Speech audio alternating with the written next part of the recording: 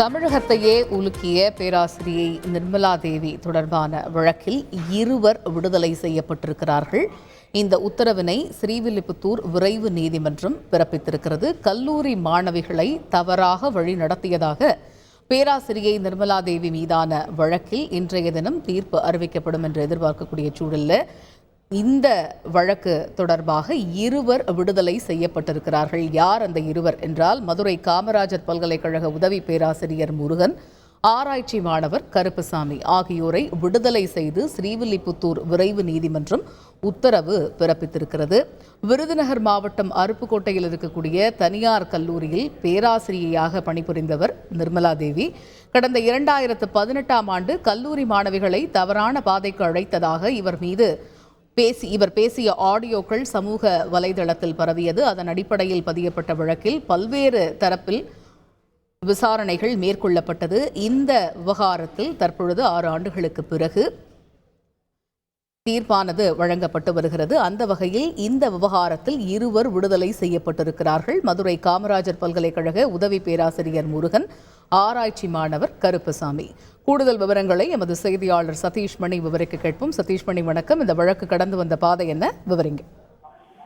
விருதுநகர் மாவட்டம் அருப்புக்கோட்டையில் உள்ள தனியார் கல்லூரியில் பேராசிரியராக பணிபுரிந்து வந்த நிர்மலா தேவி, இவர் கடந்த 2018ஆம் ஆண்டு அதே கல்லூரியில் படித்த மாணவிகள் சிலரை தவறான பாதைக்கு அழைத்ததாக அவர் பேசிய ஆடியோ அந்த காலகட்டத்துல சமூக வலைதளத்துல பரவியது, மிகுந்த பரபரப்பை ஏற்படுத்தியது. இது தொடர்பாக பல்வேறு தரப்புலையும் எதிர்ப்பு எழுந்தது. இந்த விவகாரமே அப்போதைய காலகட்டத்தில் தமிழக அரசியலையும் பெரும் பரபரப்பை ஏற்படுத்தியது. இது தொடர்பாக உடனடியாக அப்போதைய அருப்புக்கோட்டையில போலீசார் வழக்கு பதிவு செய்தனர். பெண்களுக்கு எதிரான வன்கொடுமை தடுப்பு சட்டம், விபச்சார தடுப்பு சட்டம், தொழில்நுட்பத்தை தவறாக பயன்படுத்தியது உள்ளிட்ட பிரிவின் கீழே நிர்மலா தேவி மீது வழக்கு பதிவு செய்யப்பட்டது. இதன் பின்னர் பேராசிரியர் நிர்மலா தேவி பணியிடை நீக்கம் செய்யப்பட்டார். இது தொடர்பாக தொடர் விசாரணையில இந்த வழக்கை சிபிசிஐடி போலீசார் விசாரணைக்கு மாற்றி உத்தரவிடப்பட்டது.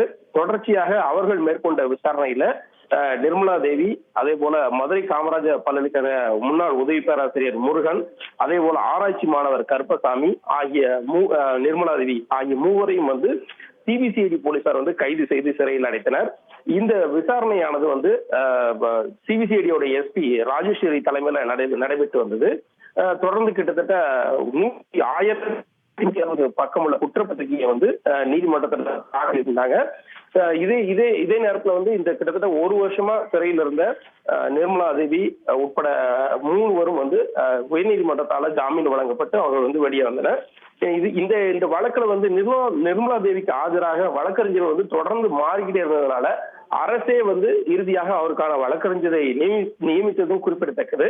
இந்த நிலையில ஸ்ரீவில்லிபுத்தூர் மாவட்ட விரைவு மகளிர் நீதிமன்றத்துல கடந்த 7 ஆண்டுகளாக நடைபெற்று வந்த இந்த வழக்கு விசாரணையில இன்றைக்கு தீர்ப்பு சொல்லியிருக்காங்க. இதுல முன்னாள் உதவி பேராசிரியர் கருப்பசாமி, முன்னாள் அதே போல ஆராய்ச்சி மாணவர் ஆகிய இருவரும் இந்த வழக்குல போதிய ஆதாரம் இல்லாததுனால விடுதலை செய்யப்பட்டிருக்காங்க. தொடர்ந்து நிர்மலா தேவிக்கான என்ன தீர்ப்பு அப்படிங்கிறது இன்னும் சற்று நேரத்துல கூறப்படும் என தெரிகிறது. தொடர்ந்து இது தொடர்பான அந்த தீர்ப்பு அறிக்கையில நீதிபதி வாக்கு வருகிறார். செய்திகளை உடனுக்குடன் தெரிந்து கொள்ள உடனே சப்ஸ்கிரைப் பண்ணுங்க.